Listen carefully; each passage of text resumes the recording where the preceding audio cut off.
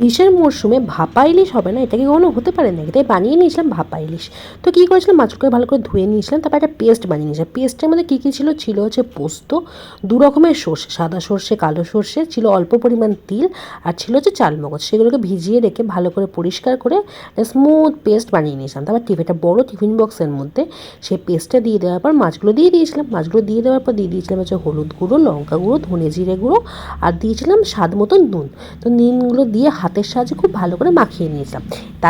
তার উপর দিয়ে দিয়েছিলাম বেশ অনেকটা পরিমাণে কাঁচা সর্ষের তেল। তো কাঁচা সর্ষের তেলের পরিমাণ যদি বেশি দাও তাহলে বেশ ভালো হবে, কিন্তু আমার হঠাৎ মনে পড়লো যে আমাদের গ্রেভির পরিমাণটা একটু হয়তো বেশি হলে ভালো হয়, তাই এখানে একটু পরে জল অ্যাড করেছি। তোমরা জল নাও অ্যাড করতে পারো।